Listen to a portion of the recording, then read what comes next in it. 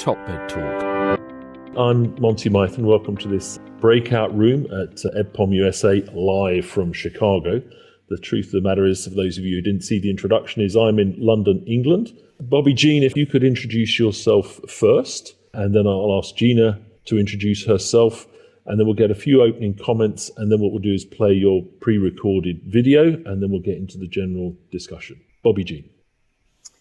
Thank you. I'm delighted to be here. I am in Chicago, actually. I'm Bobbie Jean Sweitzer. I'm a professor of anesthesiology at Northwestern University and an associate chair for perioperative clinical practice. And I head up a very busy anemia clinic there, where we do give a lot of IV iron infusions. So Jeanna Blitz. So I'm coming to you from sunny Durham, North Carolina, where it's beautiful and in the 80s. I'm an associate professor of anesthesiology at Duke University School of Medicine. I'm the director of our Preoperative Anesthesia and Surgery Screening Clinic, as we call it, as well as the director of our Perioperative Medicine Fellowship. Thank you very much, Jeanna. So, Bobbie, Jean, everyone may not have been in the room by the time you made a couple of comments about the pre-recorded video that we're going to watch and the fact that we're going to put some of our discussions in the context of the PREVENT trial. Would you like to reiterate that for us? Sure. So I am going to touch on the difference between iron deficiency anemia and anemia of inflammation, or the combination of those.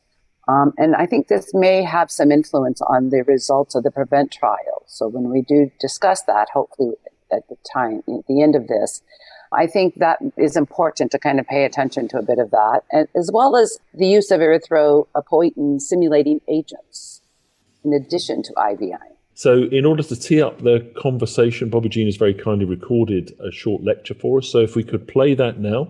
I wanted to start out with just sort of highlighting how common anemia is in our surgical patients. Some studies suggest that even 3/4 of patients may be anemic when they present for surgery. And many of these patients are previously undiagnosed. Not only do they not even realize they're anemic, there has been no workup of the cause of the anemia. We do know from quite a bit of observational and epidemiological data that there is decreased survival in patients both perioperatively and non-surgical patients when they're anemic. There's higher rates of hospitalizations, and anemia is one of the strongest predictors of perioperative transfusions. And in fact, about half of all blood that's administered is administered to patients in the perioperative period. That graph there shows you that at any given hemoglobin, women are more likely to have a higher rate of mortality and more adverse outcomes associated with anemia than at the same hemoglobin level as men. So these two graphs demonstrate the morbidity and mortality associated with anemia.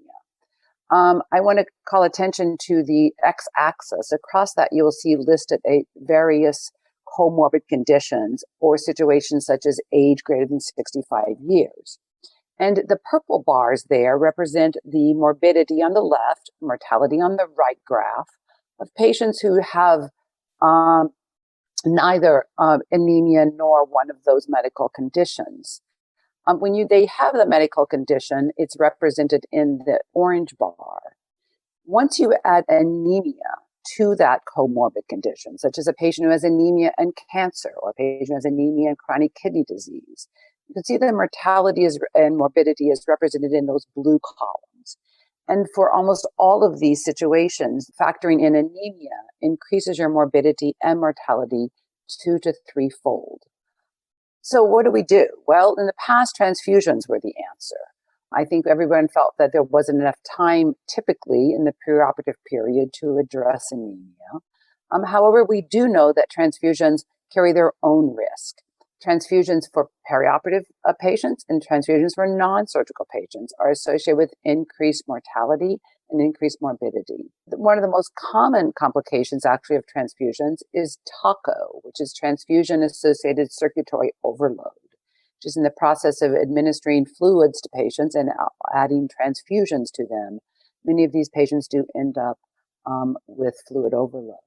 In the past, TRALI was not an insignificant cause of morbidity and mortality. TRALI is transfusion-related acute lung injury.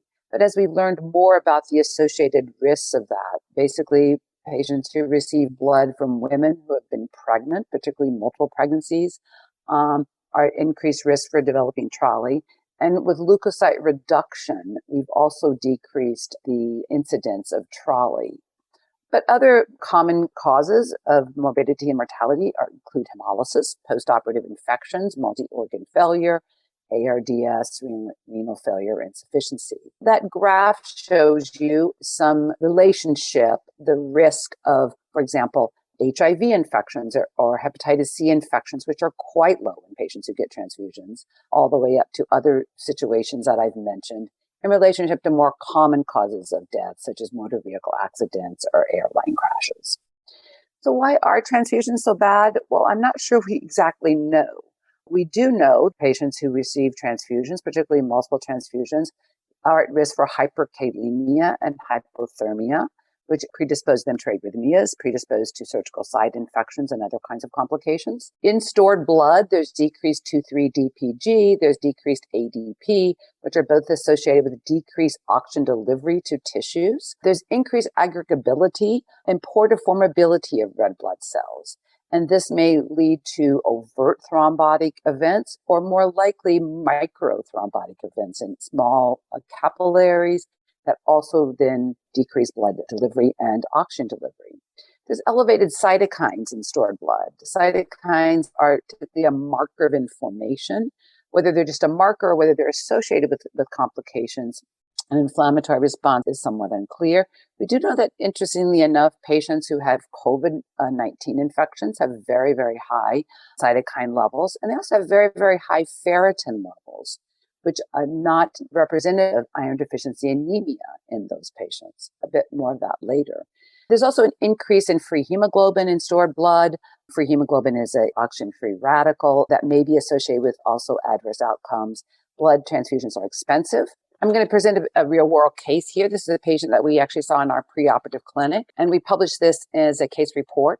But this was a 47-year-old patient with endometrial cancer who presented for a hysterectomy and a bilateral salpingo oophorectomy. She had stage 4 chronic kidney disease and, in fact, was being evaluated for a kidney transplant when it was discovered that she had this dysfunctional uterine bleeding. She had a combination of erythropoietin deficiency and bone marrow suppression and iron deficiency anemia. The EPO deficiency and bone marrow suppression were related to her inflammation, her chronic kidney disease, and her cancer. And she had both acute and chronic iron deficiency anemia.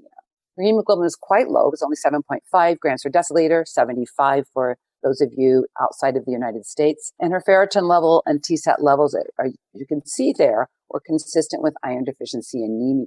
That bar graph shows you that the timeline from the time we had met her in our preoperative clinic. Her hemoglobin initially was 7.8. The day that she came in for her first EPO and IV iron infusion, it actually was slightly lower than that. She, within a very short period of time after that EPO and first IV iron infusion, you can see a very robust reticulocyte count. She was now reticuling at about 5%. Normal is usually less than 1.5. She continued to retic, significantly in those first 30 days. You can see her hemoglobin in 3 weeks' time was up to 9.2. We, at that point, notified the surgeons that they could reschedule the surgery. Because of some issues with scheduling, particularly given in the COVID era here, her surgery ended up being delayed a little bit longer. And you can see we rechecked that hemoglobin, it was up even higher. She ended up not having much blood loss during the surgery. Her post-op hemoglobin was 9.1. We thought this was particularly important to avoid blood transfusions in this patient because there had been associated demonstration that the more blood transfusions patients, particularly getting kidney transplants, receive, the harder the match is for an organ for those patients, and actually the higher the risk of rejection is in those patients. So for any patient who's anticipating an organ transplantation, which may be all of us at some point, one should try to avoid exposing them to blood cells because of the alloimmunization and the cross-reactivity. So again, she had ESA and 2 infusions of ferric carboxymaltose, and we still believe we got her to surgery in a very expeditious manner. So the first important thing, I believe, before one gives iron is to diagnose that the patient has iron deficiency anemia. Iron deficiency anemia is one of the more common causes of anemia in patients perioperatively. 50% of patients will have iron deficiency anemia, but not all anemia is iron deficiency. So the very best test is a ferritin level. However, as I mentioned earlier, ferritin can be falsely elevated. Ferritin is an acute phase reactant in conditions of chronic inflammation, cancer, and a lot of comorbid conditions that our perioperative patients have. Their ferritin is no longer representative of their iron, even though ferritin is most closely related to bone marrow iron stores in patients who don't have one of those underlying comorbidities. So that little white bar down the lower left-hand corner that says AIDA is a patient with absolute iron deficiency anemia. These are patients who have ferritin levels of less than 30 and TSAT levels of less than 20%. The black bar, which is up at the top in the right-hand side, represent iron overload. And those patients should not receive iron infusions. And so these are patients who have TSAT levels of greater than 50% and ferritin levels of greater than 800. Again, you would not want to rely on a ferritin level alone if the patient has a reason to have a falsely elevated ferritin level. And then I want to point out specifically that light gray and darker gray bars there. These are patients who have what we call functional iron deficiency. And these patients may or may not respond to IV iron. Perhaps they have what would be termed normally adequate amounts of bone marrow iron. However, they may need higher levels of iron, and they also may need erythropoietin to stimulate moving that iron into red blood cells and making red blood cells. So that is an important group of patients there where they have these intermediate levels of TSAT and ferritin that may, again, benefit or not from IV iron, may particularly benefit from ESA. So as I mentioned, ferritin concentrations are the most closely representative of bone marrow stores. However, they can't always be relied upon. A low ferritin level is absolutely iron deficiency anemia. A high ferritin level needs a little bit further investigation. This is where this iron regulation becomes so important. I don't have enough time in this lecture to go into details about it, but let's just say that, we have to absorb iron from our gut, unless we're giving it IV, of course. Then we have to, it gets bound to transferrin in plasma. Transferrin then transports that to tissues with transferrin receptors. Most of the iron that we use goes to our bone marrow to make red blood cells, but it also goes to muscles, including the heart, to make myoglobin. And it can be stored inappropriately in one's liver.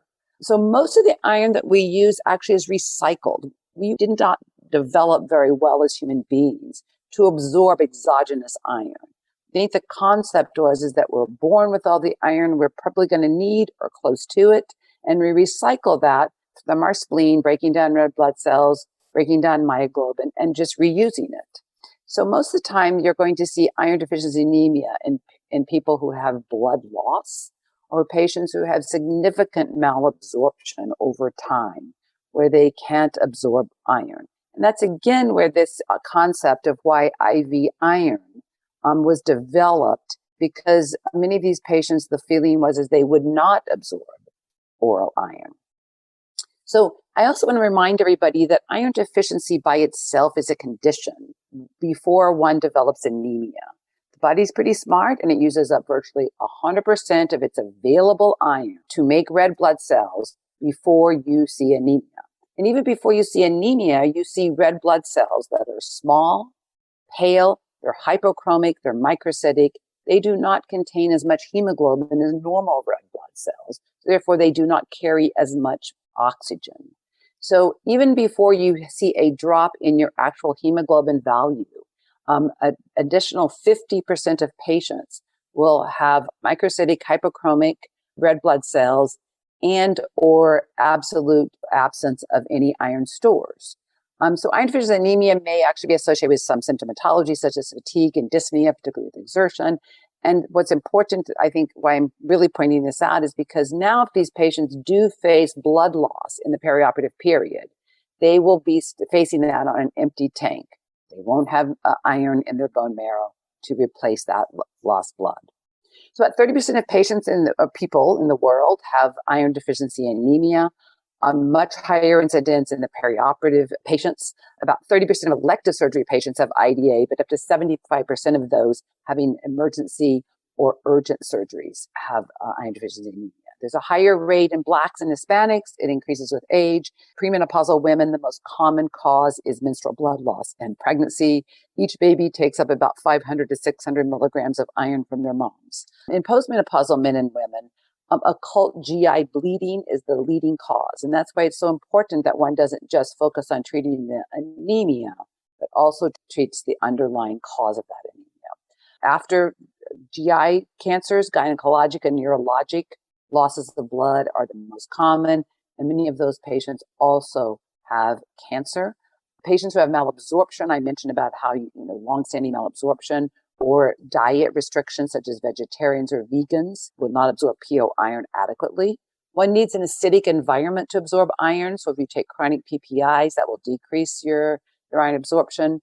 It's estimated that patients who have weight reduction surgery, up to 50% of those patients will develop iron deficiency anemia. And patients with inflammatory bowel disease have particularly difficulty maintaining iron stores because they're bleeding, they're losing blood, they have chronic inflammation, so they don't actually absorb iron well, and then they also have this malabsorption as well. So I want to focus a little bit on the other causes of anemia. I mean, there's causes such as, hemoglobinopathies like sickle cell disease, thalassemia, and such. But probably one of the most common causes of anemia, particularly in patients that we see presenting for surgery, is anemia of inflammation. This is formerly known as anemia of chronic disease. And here there's a disruption of iron homeostasis. It's felt to be primarily secondary to cytokine-mediated immune response, hence that markedly elevated ferritin levels in patients with COVID who don't really, or many of them don't have iron deficiency anemia. I'm going to point out that many patients have a combination of both anemia of inflammation and iron deficiency anemia. This is felt to be secondary to an upregulation of hepcidin. Hepcidin is a compound that's produced by the liver, and it plays a role in every aspect of iron transportation, from the absorption all the way to the bone marrow. And hepcidin is elevated in situations of inflammation, chronic conditions, and it decreases the absorption of iron, decreases the transportation of iron, decreases the release of iron just from storage sites, and decreases the effects of the ability of the bone marrow to actually make red blood cells. It also probably decreases the responsiveness of erythropoietin. There's, in fact, some of the more recent endeavors to look at this mechanism of anemia of inflammation is all about how one can maybe perhaps regulate hepcidin to prevent this cascade of events. So how does one diagnose anemia? Well, it starts with finding a decreased hemoglobin on a CBC. Sometimes you'll find that in the preoperative clinic, but many times you'll notice that patients have had months, if not years, of anemia, often mild, but it's chronic. And unfortunately, our primary care doctors and internists are not always addressing these ahead of time. But once we see them, if we are seeing them preoperatively, typically, you get the CBC, you see a low hemoglobin, then it often requires a repeat visit or a return visit for the patient to come back to get additional tests. And the reason for this is because hemoglobin is run off of a purple top tube typically, and the other tests are run off of a green top tube. So the best way I mentioned already is to find a decreased ferritin. If you have a less than 30 micrograms per liter ferritin level, that's pathognomonic for iron deficiency anemia. Many people think that we should increase that level to 100 to even 300 micrograms per liter as an absolute diagnosis of iron deficiency anemia. But as I mentioned, if you do have an elevated ferritin level, you should then do a transferrin and calculate a T-sat level. When you have a T-sat level of less than 20%, that is just as pathognomonic of iron deficiency anemia as a ferritin level of less than 30. And then if you're going to treat the patient, that requires another 1 to 2 additional visits. You can imagine why there's been this concern around we don't have enough time preoperatively to both diagnose and treat iron deficiency anemia. So this led me to develop what we call our Streamlined anemia evaluation, which is a pre-procedure anemia evaluation. When we see our patients in our preoperative clinic, we order this PPAE test. That directs the phlebotomist to draw 2 tubes of blood. She automatically draws the purple top tube and the green top tube. They both go down to the laboratory. The purple top tube gets routed off to the hematology lab. The green top tube gets routed off to the chemistry lab. We first have the order first triggers for the CBC to be run. If the hemoglobin is less than 12 grams per deciliter, then it triggers a message to the chemistry lab to use that second green top tube to run the tests you see there. We do an iron, a ferritin, a T-sat, a creatinine, a B12, TSH. because these will help us diagnose both iron deficiency anemia as well as some of the most common causes of other anemias as well. So we can do all of this in one setting. It takes us only about 45 minutes to an hour to get these results back. If the patient does not have anemia, if the hemoglobin is greater than 12, then we simply throw away the green top tube. That costs 18 cents and about 3.5 cc's of the patient's blood. So if you want to know more about this, how we develop this, how it functions, I urge you to look at this paper that was published in Anesthesiology in the spring, working with my coworkers.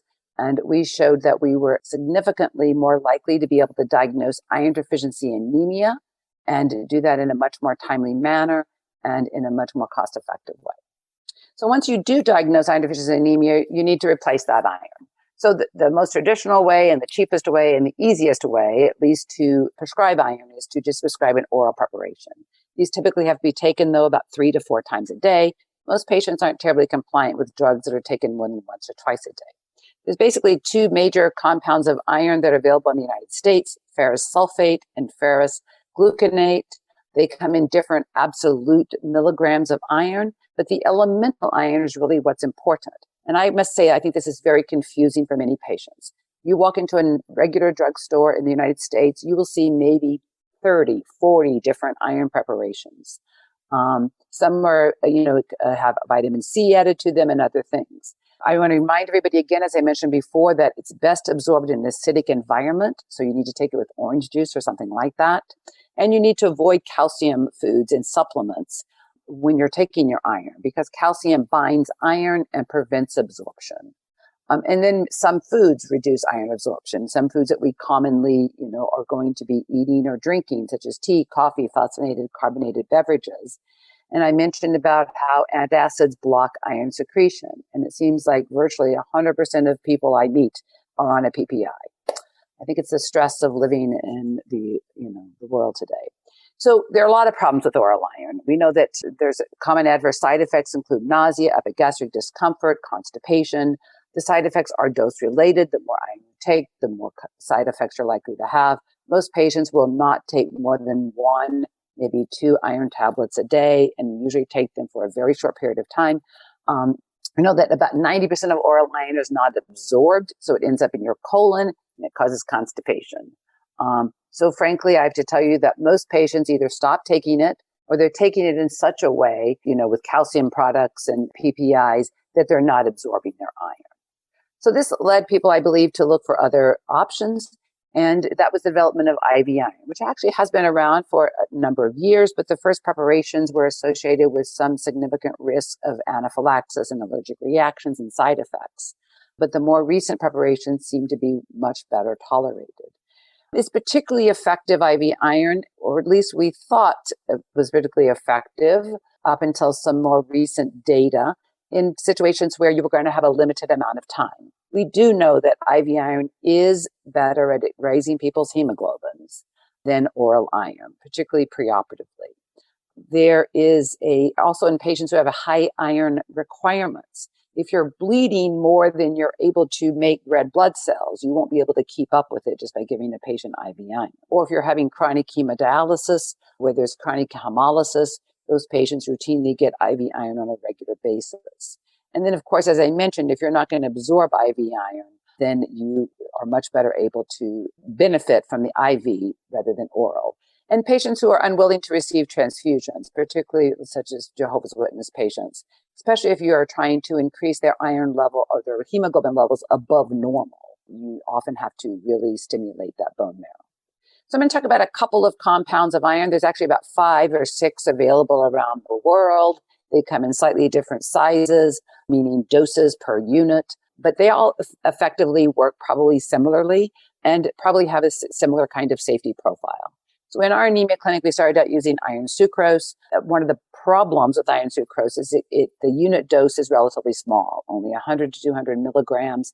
It's given every other day. Typically, it requires 4 to 5 infusions. So if you have an outpatient, that patient has to keep coming back, keep having an IV, having an interaction. So it may be cheaper per unit cost for many people, but it is a higher personnel cost, higher patient cost, and very inconvenient. It seems to be much more favorable for patients who are inpatients anyway. They're sitting there in the hospital. They have their IVs. The nurse can just hang the iron sucrose. At least in the United States, there's a little bit better return on investment because CMS pays a little bit better for the use of iron sucrose. But we rapidly transitioned to ferric carboxymaltose in our preoperative clinic. It has some advantages. The most first is that you can give a large administration in one dose. You can give 750 milligrams. So for many patients, this will be their replacement dose. The most patients will need is typically 2 infusions. It's given typically a week apart. It has some benefits, perhaps of releasing iron a little bit more slowly to transferrin, so it may be delivered better to the bone marrow where it's needed, as opposed to just getting delivered to the liver and kind of sitting there. It does have a higher unit cost compared to iron sucrose, but lower personnel costs, lower patient visits, much more favorable for outpatients, and improved patient compliance. And frankly, because you're giving this 750 milligrams in one dose, and we can sometimes only get one dose into a patient preoperatively because of the short length of time, you're just loading them with a lot more iron than you would if you were only giving 100 to 200 milligrams of the iron sucrose. So it's quite easy to figure out how much iron to give. You need to calculate the patient's iron deficit. And one of the most common formulas out there is called the ganzoni formula. You basically just need to know the patient's starting hemoglobin. You need to know what your target hemoglobin is going to be. You need to use ideal body weight. And then you use a modifier of 2.4. And then you add on 500 to 1,000 milligrams of additional iron to replace the iron stores. Because the formula itself with the weight and the hemoglobin would just be calculating how much iron you needed to raise your hemoglobin. And then you can round up. So let's talk about erythropoietin, because I do think this is a very important component as well, particularly in our patients perioperatively who may have chronic kidney disease, inflammation, and cancer. Erythropoietin is produced and secreted by the kidneys. It induces red blood cell production. I think of it as sort of the match where the iron is the fuel. And if you want to start a fire, you need both the fuel and the starter. We know there's an absolute deficiency in patients with chronic kidney disease, but there's a relative deficiency in many other conditions. And the bone marrow is going to have a decreased responsiveness to either its own inherent stored iron or the iron you're giving them if patients have erythropoietin deficiency. So ESA in the United States is approved for use in reduction of red blood cell transfusions in surgical patients, in patients who have a hemoglobin preoperatively of less than 13, who are at high risk for perioperative anemia, which is translated into an estimated blood loss of 500 cc's, and those who refuse transfusions. The ASA practice guidelines on perioperative blood management have advocated the use of erythropoietin. They say with or without iron. I believe that all recommendations suggest that if you're going to use erythropoietin, you should give patients iron as well. So there are a few concerns about ESA. It's somewhat controversial, or it had been in patients with curable cancers because some tumors have EPO receptors. But a few years ago, and by the way, I should have mentioned earlier, all my references are down there on the right-hand corner of my slides. But a few years ago, there was a large meta-analysis published of over 60 studies that looked at the effect of erythropoietin in patients with cancer, and they found no effect on mortality and no effect on disease progression. So we do not consider cancer a contraindication to giving ESA, except for patients who have blood cancer, such as leukemia. And then we always check with our hematologist oncologist, and most of the time they advocate that it's safe to use. There is a real risk of venous thrombotic embolism in patients who do receive ESA agents. That odds ratio is about 1.48, which means about a 50% increased risk. That can sound awfully high, 50% increased risk. Remember, you're giving this drug in the preoperative period. These patients are often up walking around still. And for many of our patients having surgery, their risk of VTE is very, very low in the preoperative period. So you're not increasing that risk much. But there are a few patients that, are going to have, be bedbound, already have VTE, particularly a recent VTE, which you should consider using either lower doses of SA agents, or you should use chemoprophylaxis. Many of these patients are already on Lovenox and anticoagulants, particularly the ones who have the higher risk of VTE. So there's really no change in your treatment. but we do sometimes prescribe Lovenox therapy to patients that we're very concerned about. So there's also formulas and guidelines out there to help you with ESA dosing. Usually it's given in 300 to 600 units per kilogram subcutaneously, weekly. A classic course is 4 weeks. We often do not have time to do that 4 weeks. But if you are going to do it for an extended period, you want to follow the hemoglobin. If your hemoglobin hasn't risen appropriately, you can increase the dose. If it rises too fast, too high, you can decrease the dose. And if the patient doesn't respond with an increase in hemoglobin after 6 to 8 weeks of therapy, you should discontinue it. At least in the United States, I remind people that CMS will not pay for ESA routinely if the hemoglobin is greater than 12. So here at Northwestern, we have an anemia clinic. That graph at the bottom shows you that at this point, we've given well over 4,000 individual infusions. We have one RN who does this. She sees 2 patients per hour. They're staggered at every 30-minute appointments. She documents one set of vitals, just blood pressure, heart rate, O2 sat, pre and post infusion. She starts an IV. She hangs the compound that's been ordered. It's given on a pump. Usually it's given over 20 to 30 to 40 minutes. The patient's then monitored for about 15 minutes post-infusion. If the patients need ESA, we give that. If they need vitamin B12, we give that. We just haven't had very many patients with vitamin B12 deficiency. We have had absolutely no major complications from using iron in these over 4,000 patients. No one's had allergic reaction. No one has had an admission back to the hospital. No one's had anaphylaxis. We did have one patient who had an infiltrated IV, and I do caution you that iron stains your skin if it infiltrates. So please be sure you have a well-functioning IV before you administer IV iron. So in summary, I think it's really important that we try to identify patients with anemia, and most importantly as well, the type of anemia. Whether you truly have iron deficiency anemia or not, if you have anemia of inflammation or if you have a combination. I still believe that we should be treating patients with IV iron until we have more information. And I think Monty's going to lead us in a discussion of a recent publication that will maybe shed some light on this. For now, at least, we still sort of staying with the course when possible, treat these patients, and even delaying surgery to treat anemia when appropriate. I think when the risk of transfusion is very high, when I think you have patients who refuse transfusions, when you have patients like that patient that was facing a transplantation, I think those patients may particularly benefit from avoiding transfusions and treating with IV iron and even delaying surgery. Thank you very much. Brilliant, Bobbie, Jean. Thank you very much indeed. Excellent. Jeanna, if I could ask you to initially make some comments, please, and then I'll loop back on that. Yes, thank you. Dr. Sweitzer, I love hearing your lecture. I learned so much from you. I'm curious about your personal experience in your clinic treating anemia. And can you give us a rough estimate about what percentage of patients you find that you add an ESA to the IV iron preparation? And in what scenarios do you commonly find yourself using that? Oh, I don't have that data for you. I would say that in general, I think that we don't give ESA enough because of the concerns around the ESA agents.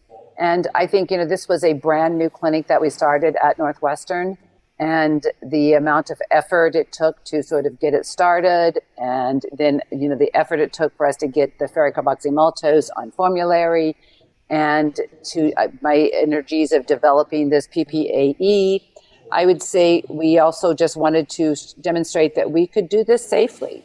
There was quite a bit of concerns around a lot of that. We also wanted to demonstrate that it would be cost effective, because at least in the United States, medicine's a business, and everybody was very concerned about whether we'd be reimbursed, whether the insurance companies would pay for it, the co-pays of the patients. And so I think we haven't emphasized enough the benefits. Also, I have to tell you that the evolving literature has changed my thoughts around this. I was much more confident, I think, early on that IV iron was going to be much more effective than perhaps it has in some studies shown. And I think I'm rethinking about that whole use. So I really think appreciate I think the next step is really trying to push, more of this ESA. Mm-hmm. I appreciate you sharing that. That's certainly been our experience as well, where we're, or at least we have been more reticent to add an ESA, even in scenarios where there's most likely to be benefit because we're looking at an anemia of inflammation, et cetera, because of either the concern of a coexisting cancer and or increased risk of a thromboembolic event, issues with prescribing Lovenox, et cetera. So I guess I ask because this whole new evidence that's emerging gets me thinking, do we need to push ourselves to consider addition of other agents? And is ESA potentially an area of opportunity that's gone, at least in our clinic, a bit untapped? I concur. Before I potentially open it up to other people, or we go on to the PREVENT study, Jeanna, is there any other subject area you'd like to touch on before we go there? Well, the other question I have for you, Dr. Sweitzer, it's something that has been kicking around in my own mind and in our own conversations at Duke, at least, is the role for postoperative IV iron. Why stop preoperatively, especially with, the hemodynamic effects and potential blood loss intraoperatively? Is that another area of untapped opportunity to sort of revisit the patient's clinical scenario and say, is it time? Is there a role for potentially additional IV iron in the postoperative phase? Yes, I would absolutely agree. So just again, this timing of this idea of having to sort of increase your hemoglobin preoperatively, I think maybe we're putting too much emphasis on that. So I personally have given IV iron in the preoperative holding area moments before I've taken the patient back to the OR. I've given it in the PACU before I've sent them home. And I really encourage our hospitalists and our surgeons to give IV iron postoperatively, because many of our patients are going to be having multiple surgeries. And right now aren't always so good about being able to determine who those patients are. And so, I think that it's also somewhat much of this a moment in time where perhaps we need to take on the role that we're seeing patients and we're doctors, we're healthcare providers. And we don't ignore poorly controlled diabetes. We don't ignore poorly controlled hypertension just because, quote unquote, interventions now won't make a difference right now. These people, I believe, with iron deficiency anemia or an iron deficiency have a medical condition. And if we can effectively and reasonably cost effectively treat them, it's a moment in time. Take advantage of that. We've also seen this unintended sort of perception from surgeons that, my patient got iron. I'm okay now sending them home with a hemoglobin of 8, where before that orthopedic surgeon would have been transfusing that patient, okay? Because they're thinking, I'm going to send them home. They're going to be tired. They're going to be fatigued. They're not going to participate in rehab. I'm going to see them several weeks later. They're still going to be anemic. I'm just going to give them a unit or 2 of blood right now. Even our hematologist would recommend that. The patient's here in the hospital, give them a unit of blood. That way they don't have to come back. And so we, whether that's appropriate or not to have that influence one's decisions. But I do believe we know that people transfuse at too high a hemoglobin levels. We give 2 units of blood when we could give 1 unit of blood. So perhaps if this is an unintended consequence of getting that iron, getting people this confidence that this patient now can make their own red blood cells, we'll buy a little time. We won't transfuse them now. That may have some benefits. I couldn't agree with you more. And at least from my perspective, and maybe I'm the outlier here, it's those patients who are coming in for some sort of stage procedure, like maybe they need a colonoscopy to investigate a polyp. And we know that ultimately this may result in the need for a larger surgery. Why are we not capturing this opportunity, irrespective of whether it changes or improves their outcome for the colonoscopy? We're capturing them in a moment in time where it increases our runway to be able to improve their longitudinal outcomes. So thank you for mentioning that. We have a question on the chat function. In ICU, you come across anemic patients, yet we don't give iron, which would worsen their condition. Would the post-op period, which I think you've touched on now, with stress of surgery, mimic critically ill patients? So where do you stand on that, both of you, starting with Bobbie, Jean, please. It's a really interesting question. I can't, off the top of my head, recall a study or evidence that where people have measured inflammatory markers like cytokines and, IL-6, et cetera, in just a routine sort of post-op patient or in a patient who happens to have major surgery who's in the ICU. But we clearly know that from other studies of critically ill patients and patients in the ICU, that they have huge, elevations of these markers of inflammation. And in fact, that has been, demonstrated in the literature as a cause of anemia. Both the phlebotomy that we do to patients in the ICU day after day after day, and then these chronic inflammatory situations, virtually, all of these patients will develop some kind of anemia if they stay in the ICU more than a day or two. Jeanna, any additional comment on that? I would say it would be foolish of me to suggest that I know for sure what the answer is. I think that what Dr. Sweitzer touched on earlier in her talk is something that I would return to, which is I think we need further understanding and exploration of the exact role of hepcidin and how we might be able to manipulate that to our favor.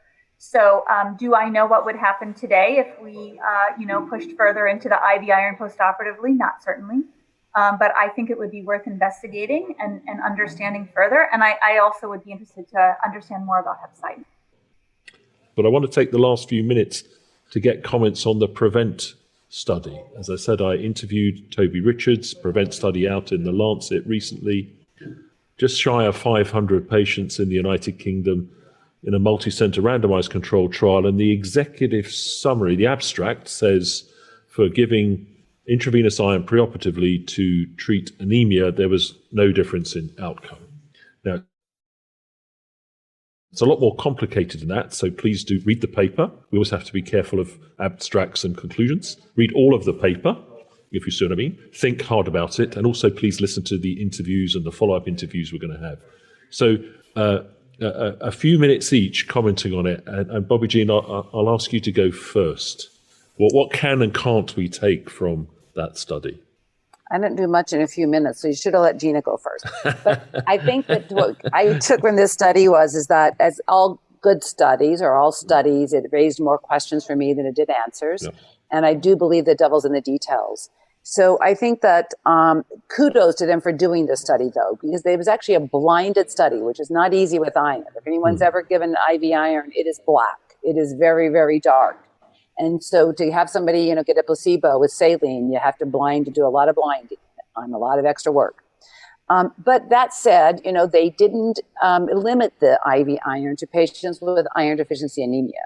They did not measure, really. And so I do believe that, when you start to get these numbers, that, then you normalize everything to the mean. So perhaps the patients, didn't respond the same with the chronic inflammation or anemia for other reasons.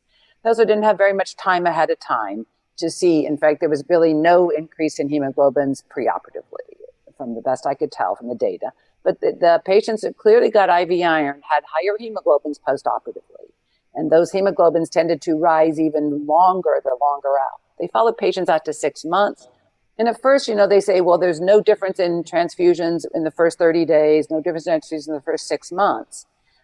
Which made you give you pause saying, well, how did that help then? But I can't tell from the data they presented, because they say they looked at everybody from the time of the infusion until 6 months out. So all these 6 months people are in with the first 30-day people.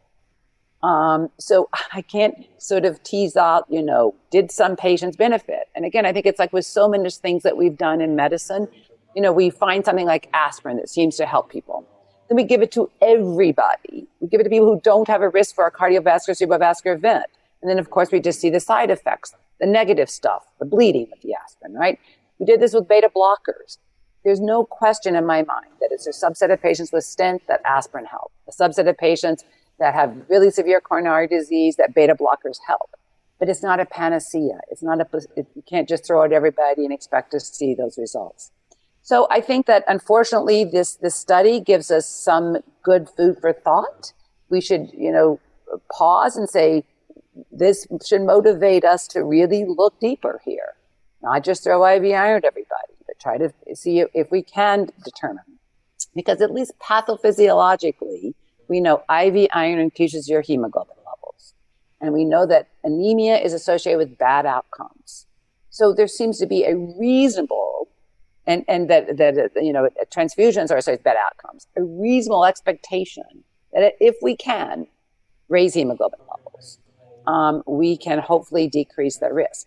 But it may just be a marker of bad outcomes, and we may not be able to correct it. And last said, I do think that, read the paper, like I said. Read it. Make sure that it applies to your patient. And don't transfuse people too quickly, because I think that was part of the problem here too. Most of these patients didn't appear to be very anemic. They appeared to have you only had to get into the study with a hemoglobin of less than 12 if you're a woman, less than 13 if you're a man. Most of them seemed to have hemoglobins that were close to 11. And then most of them seemed to have post-op hemoglobins above 9. So why were any of them getting transfusion? Maybe they needed it, but I can't tell that from the paper. Thank you. Jeanna? So I have to echo what Dr. Sweitzer said, which is that this randomized controlled trial should be giving us all pause. It is an opportunity for us to each stop and think about our own practice and about whether we're considering this on the individual patient and clinical scenario level, or whether we have defaulted to, in what I'll say, in my opinion, is an overly protocolized type approach. The thing that stuck out most to me was the fact that only about 20% of the patients who received intravenous iron had resolution of their anemia preoperatively. If that's the case, why would we then suddenly jump to a conclusion or expect otherwise in terms of the outcomes? Because my understanding when we think about the risk of perioperative anemia is just that, it's risk of anemia. And so if we leave that unresolved, the risk would still remain. The other pause point that I had around this was what I would describe as a somewhat overly protocolized, in my opinion, type approach, in the sense that there was not a calculation of that patient-specific total iron deficit or a specific then prescribed IV iron dose. So again, I think that there is a lot of merit in this study, and that we need to stop and think very carefully about, are there other ways to correct anemia other than straightforward IV iron, and where do we go next? But I think we need to think carefully about the correction of the anemia. So thank you very much indeed. Brilliant comments. And as I said, sorry to keep plugging listening to the interview, but at the end of it, there's a real tantalizing little twist at the end where you kind of think, I think there would have been a time when that would have been a headline result in the abstract, and there would have been a sort of, what we're not supposed to do, a little tilting towards saying there's another completely different way of interpreting this trial. But currently, quite rightly, we tell it the way it is, the way we designed the trial, which is why you have to read the whole paper carefully. So thanks very much indeed. See you again soon. Bye-bye. Top Med Talk. Thanks for downloading Top Med Talk. Don't forget to subscribe via your podcatcher. Don't forget to check us out on social media. We're on Twitter, Facebook, LinkedIn, and YouTube. And also, don't forget, Top Med Talk is the broadcasting arm of EBPOM, Evidence-Based Perioperative Medicine. We'd love you to find out more about that. If you check out ebpom.org, you can find low prices on some of the conferences we're organising around the world. Many of them are virtual and don't even involve you leaving your own home. Check out ebpom.org now.